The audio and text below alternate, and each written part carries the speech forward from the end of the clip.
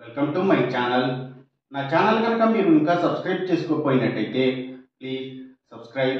ఈరోజు మనం ఈ వీడియోలో 14 జూన్ 2024 అంటే శుక్రవారం రోజు స్టాక్ మార్కెట్ ఏ విధంగా ఉండబోతుంది అనే ప్రెడిక్షన్ వీడియోని మనం చూద్దాం.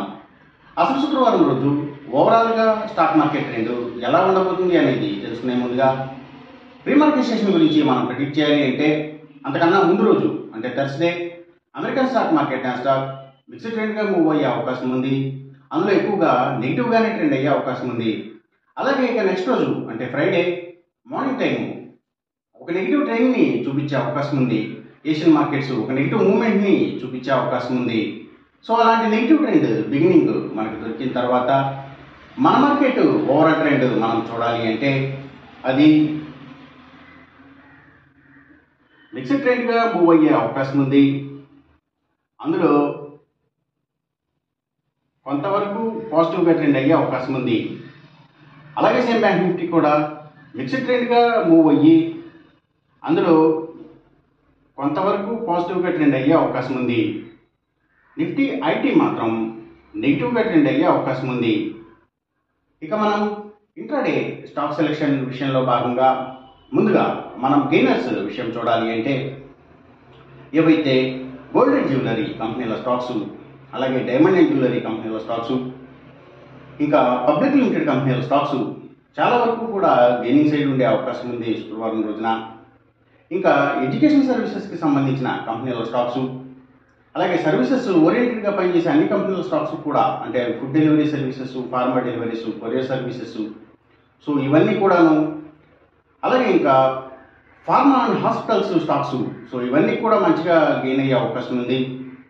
అలాగే ఇంకా గవర్నమెంట్ బ్యాంక్స్ అండ్ ఫైనాన్షియల్స్ అంటే పిఎస్యూ బ్యాంక్స్, గవర్నమెంట్ ఫైనాన్షియల్స్, అలాగే ఆయుర్వేదిక్ మెడిసిన్స్ తయారు చేసే కంపెనీల స్టాక్స్, ఆర్గానిక్ ప్రొడక్ట్స్కి సంబంధించిన కంపెనీల స్టాక్స్, అగ్రికల్చరల్కి రిలేటెడ్గా ఉండే అన్ని కంపెనీల స్టాక్స్ అంటే అవి సీడ్స్ కంపెనీల stocks, fertilisers and chemicals, tractors కంపెనీల స్టాక్స్, సో ఇవన్నీ కూడా గెయినింగ్ సైడ్ ఉండే అవకాశం ఉంది.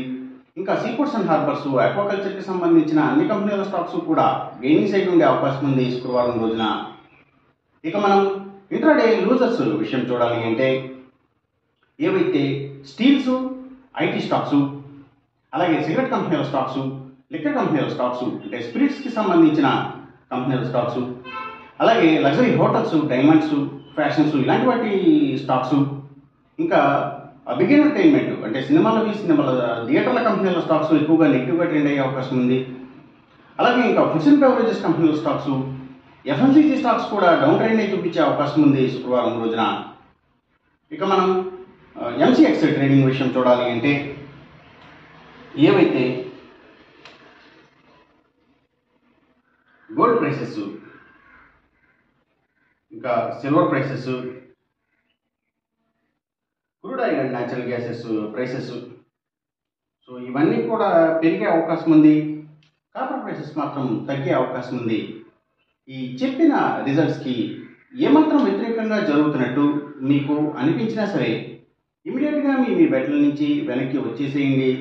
ఇది కేవలం ఒక ఆస్ట్రాలజికల్ ప్రిడిక్షన్ మాత్రమే, దయచేసి గమనించండి. అలాగే ఈ వీడియో కనుక మీకు నచ్చినట్టయితే నా ఛానల్ని సబ్స్క్రైబ్ చేయండి, అందరికీ ఈ వీడియోని షేర్ చేయండి, లైక్ చేయండి. Thank you for watching.